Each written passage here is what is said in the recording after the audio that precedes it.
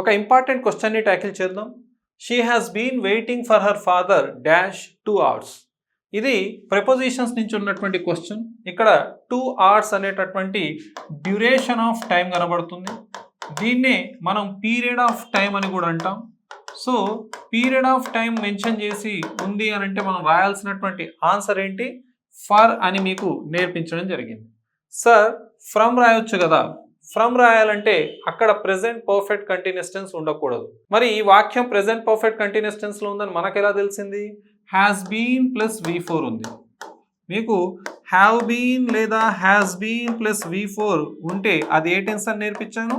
Present perfect continuous tense అని నేర్పించాను. ఇది సిన్స్ మరియు ఫర్తో వస్తుందని నేర్పించాను. సిన్స్తో మీకు పాయింట్ ఆఫ్ టైం వస్తుంది, తర్వాత ఫర్తో మీకు పీరియడ్ ఆఫ్ టైం వస్తుందనే విషయాలను డ్యూరింగ్ క్లాసెస్ నేర్చుకొని ఉన్నాం.